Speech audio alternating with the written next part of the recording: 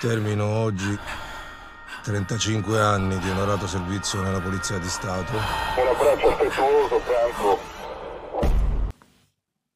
Alors, ça y est, nous sommes à mi-chemin de l'année 2023. Et je dois vous avouer que pour le moment, après quelques rattrapages de films de 2022, même si j'ai quelques gros coups de cœur de cette année, je préfère tout de même le cinéma de l'année dernière, qui a été, selon moi, plus varié en termes de propositions de films, et dont j'ai beaucoup plus de gros coups de cœur, mais j'en parlerai plus sérieusement dans un live durant les vacances d'été. En attendant, aujourd'hui, je vais vous parler d'un second polar que j'ai vu.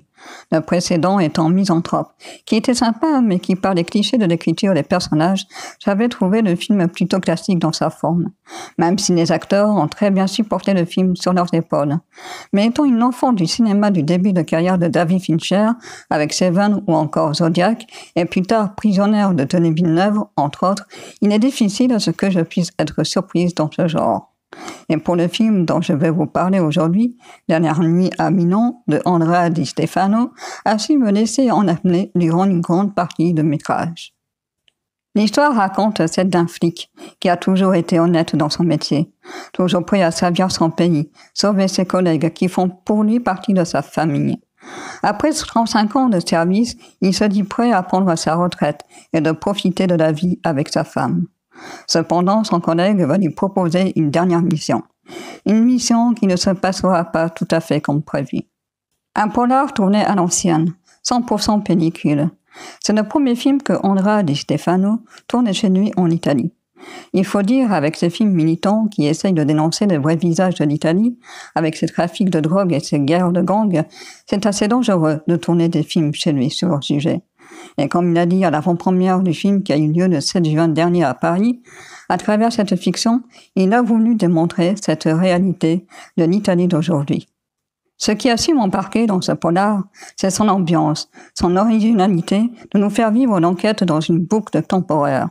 Enfin au début, on ne le sait pas trop, car tout commence tranquillement par une fête surprise pour fêter la retraite de Franco. Puis on va le suivre dans ses dernières heures de service, il salue tout le monde. À ces moments seuls, il essaye d'écrire son discours de départ, mais pris par sa propre émotion de quitter toute une vie, les mots sont difficiles à trouver. Il voit une dernière fois son collègue le plus proche, Lino, qui est comme un frère pour lui.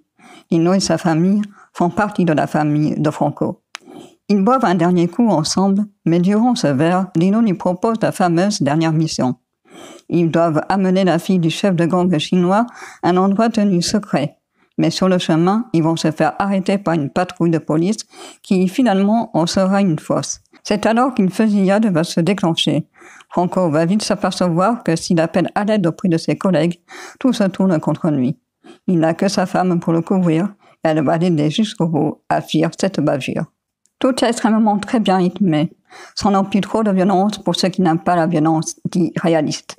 Les acteurs, quant à eux, sont très bons. Il y a une très belle alchimie qui s'opère entre eux. J'ai aimé ces moments de gêne entre les différentes cultures, comment en leur manière ils s'humilient pour tester leur niveau de confiance lors d'un repas. La couleur de la nuit est vraiment magnifique. La musique aussi y est pour beaucoup.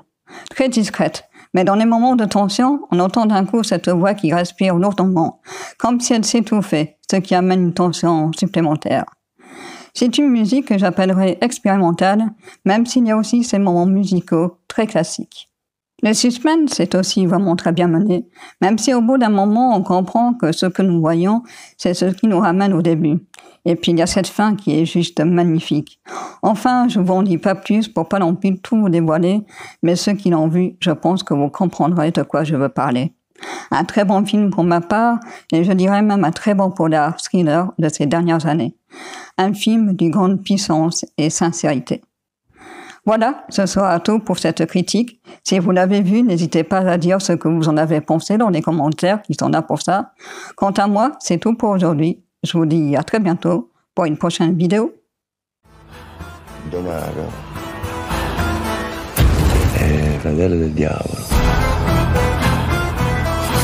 Per tutta la vita ho avuto l'ambizione di essere una persona onesta.